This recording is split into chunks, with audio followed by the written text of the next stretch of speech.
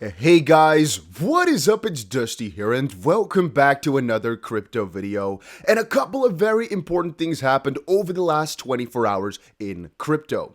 We had ourselves the weekly close. We obviously at the same time had ourselves the monthly close. And good, I guess, to see is that we finally closed again above the 200 weekly moving average. You can see it right here. Everything below the yellow, I guess, area is below the 200 weekly moving average, and everything above it is obviously above. We got ourselves the weekly and monthly close, obviously, above that line, which I guess is extremely bullish because every single time that it has popped out of there, we have retested it a couple of times, but we've not closed below there in, I'm not sure if it's ever, but I kind of believe, like, you can see here, right?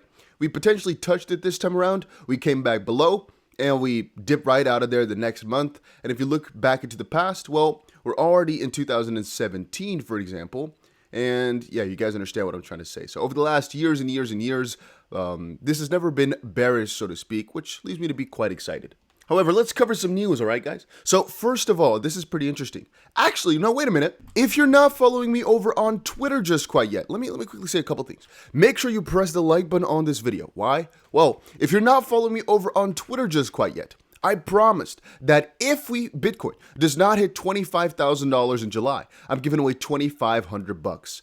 And here it is, all right? We're going to give it away in, I'm not so sure exactly when. I'm also not sure exactly how to pick one. As you guys obviously know, picking a random follower is kind of iffy-wiffy. Picking a retweeter, I guess, can work, or picking a commenter can work. But I'm honestly still thinking of going with a Gleam. As I told you guys on YouTube, I'm thinking of doing a $10,000 giveaway, and I might just do it like this, you know? $2,500 purely to a Twitter person that entered via Gleam. Then maybe like $2,000 to somebody that only via Instagram. Then $2,500 for only YouTube, for example, and then another piece for example, only TikTok. Let me know what you guys think about that down below. Or maybe just only $2,500 and do it over Twitter. And either, I can't just pick a random follower. It has to be a random person that interacted with this post. Otherwise, it could just be somebody who I've not seen in 7 years, if you guys understand my drift. But I digress. Make sure you press the like button for that. You know, it's a pretty cool thing. It's a lot of money to give away, I personally think. But I digress. XRP price in the red as Ripple unlocks 1 billion XRP tokens from its escrow wallet. The XRP token is trading in the red after the crypto market capped off its best month of the year. Indeed, things are looking pretty damn good, but one thing happened for XRP that a lot of people are confused about again. Let me just quickly explain. Ripple has an escrow, and they've got basically about 50 billion XRP in there, and how that works is at the creation of XRP. Everything was already there, so to speak. So they didn't go for a Bitcoin of the approach of, okay, let's let this supply inflate piece by piece, the circulating supply. Let's just get it all out there and distribute it right freaking now. The pro to that is you're not going to have some crazy sort of price action in a decreasing manner because of new money coming in or new coins coming in. You know, it's basically deflationary in nature from the get-go. The pro to it, oh no, sorry guys, the con to it, I guess, is that, well, you either have to distribute it really properly or some parties have a lot of control over it.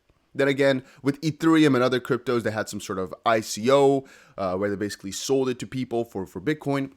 With Ripple, they mostly gave it away, if I remember correctly. However, they had about 50 billion XRP left. In 2017, they decided to lock it all up and make it so that 1 billion XRP gets released every single month, of which they put about 800 million back every month. And with the 200 million, they'd spend it on the XRP ecosystem. And one fun thing that people don't realize is almost every single crypto foundation out there has a multi-billion-dollar budget for their foundation. You know, HBAR just opened up a $5 billion growth fund, for example, for HBAR, and so forth and so on. They're just mostly a little bit less transparent about how exactly it works. But at the end of the day, they're selling their token to make sure that people expand on the ecosystem. And that's, again, what's happening with Ripple as well. So every single month, you'll see 1 billion XRP just got released, 1 billion XRP just got moved. But at the end of the day, you know, regardless of how much they keep, it's for the betterment of XRP. That's the whole goal of it. And you can mostly kind of see what they're spending it on because they'll tell us. And we also know, guys, that Ripple bought back over $1 billion, I believe, worth of XRP in the second quarter. Now, obviously, they got themselves 3 billion XRP, and they could have actually sold that to buy it back at the end of the day. But you could just read and read and read about how much they've sold to ODL customers and how much they bought back from the markets and everything, and they're doing their best to expand this ecosystem, and it's working. I still honestly believe the moment this lawsuit is finished, things are going to go completely freaking wild, but hey, it's going to take a little bit of time.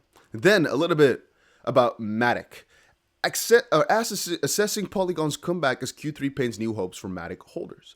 Polygon has been riding high in the crypto market recently. The meteoric and yet shocking rise of MATIC's price has been well documented in the news.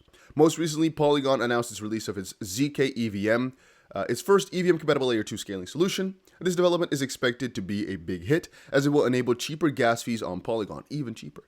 Despite the Fed's rate hike, MATIC is seeing another price upturn recently as it chases the $1 resistance.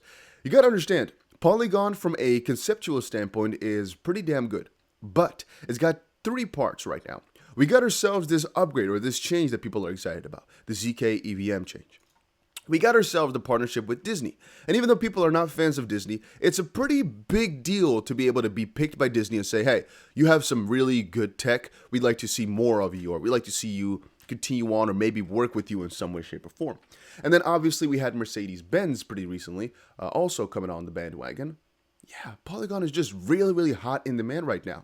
Last month, it was one of my top 5 coins that I said were undervalued. I said a couple of coins, right? I said Ethereum Classic, MATIC, and the other 3 I've kind of forgotten because I checked it, I think yesterday or so, and I did a little update on it. But a couple of coins that I still hold on to are still undervalued in my opinion, one of them being HBAR. But I'm going to say MATIC, even though it's relatively still quite cheap, it's not as much undervalued anymore, as it's already gotten about, I think, 150% or so in the last month. It's done really extremely well. And regarding the same thing, people have been asking me Filecoin.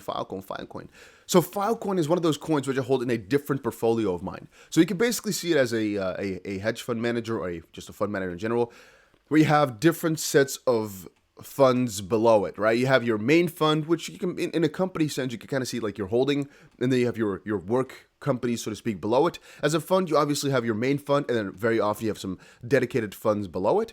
With Grayscale, you can see it as you have a Bitcoin fund, but you also have a large cap fund, for example, which includes potentially even Bitcoin, but also a lot of other things. In one of the funds that I actually have a pretty strong exposure to Filecoin, and it's because it feels like a little bit of an offset. In the past, Filecoin has acted pretty strangely, or I guess pretty conversely, or pretty inverse correlated to Bitcoin's movements, and it's a concept that does not linger around Bitcoin or Bitcoin's movement too much in essence, which is why I think it's a good coin to have in all different sort of scenarios. You can see here, right, things were not doing that amazing. Ethereum Classic is actually down 10% at this point, but then Filecoin is up 20% or so. I like my exposure to it. And I said before, when you're making a portfolio, always think about different sections to have your money into. If you stay within one section, you're too overexposed, in my opinion. And Filecoin is one of those areas that is not really connect with many others, if you ask me. Then I found something prosperous. Take a look at this.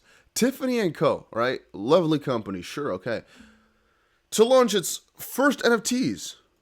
Yeah, sounds good. At $50,000 each. Okay. Oh, okay. Yeah. The future is here, and it's called Nft'S. The 5th of August, 30 ETH. Discover more. They're going to give me a house for that or what? We're taking NFTs to the next level. Exclusive to CryptoPunk holders.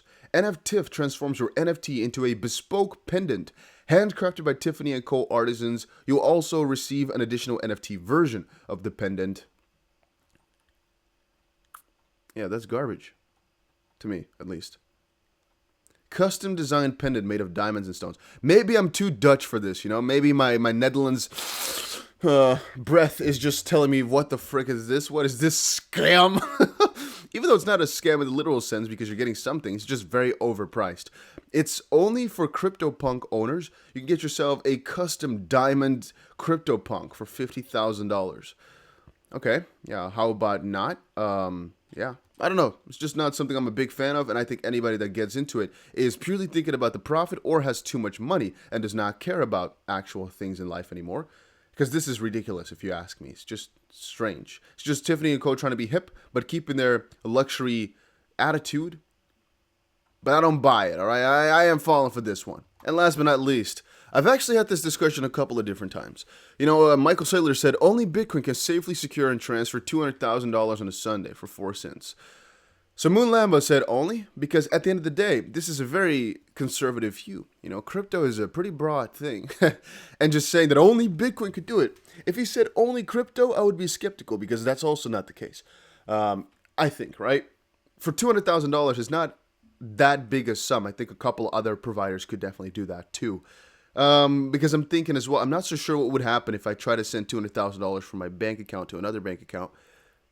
I'm not so sure what fee is involved because it's not that crazy of an amount if you understand my drift. But I guess it would be more than 4 cents. It would more be towards 26 cents or so. So from that perspective, he's right. But I mean, Bitcoin takes 4 cents, which is relatively cheap for a Bitcoin transaction. But an XRP or an HBAR or a Polygon, pick one, can relatively be 0.00001 cent if you guys get my drift. So yeah. But that was it for today's video. Hopefully you guys all enjoyed it. If you did, make sure you press the like button and subscribe to the channel. Make sure you check out my Twitter and let me know down below what you think about my $10,000 giveaway instead of this one right here.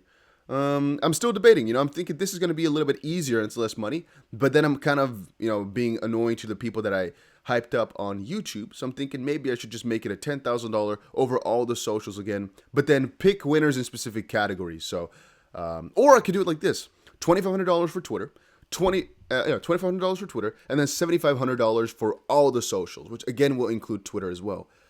That way it might be more fair for the people that really only wanted to join in this manner. Having said that, also join my Telegram. A link is down below, and you can check out all these different exchanges. Links are down below for if you want to trade crypto. Adios.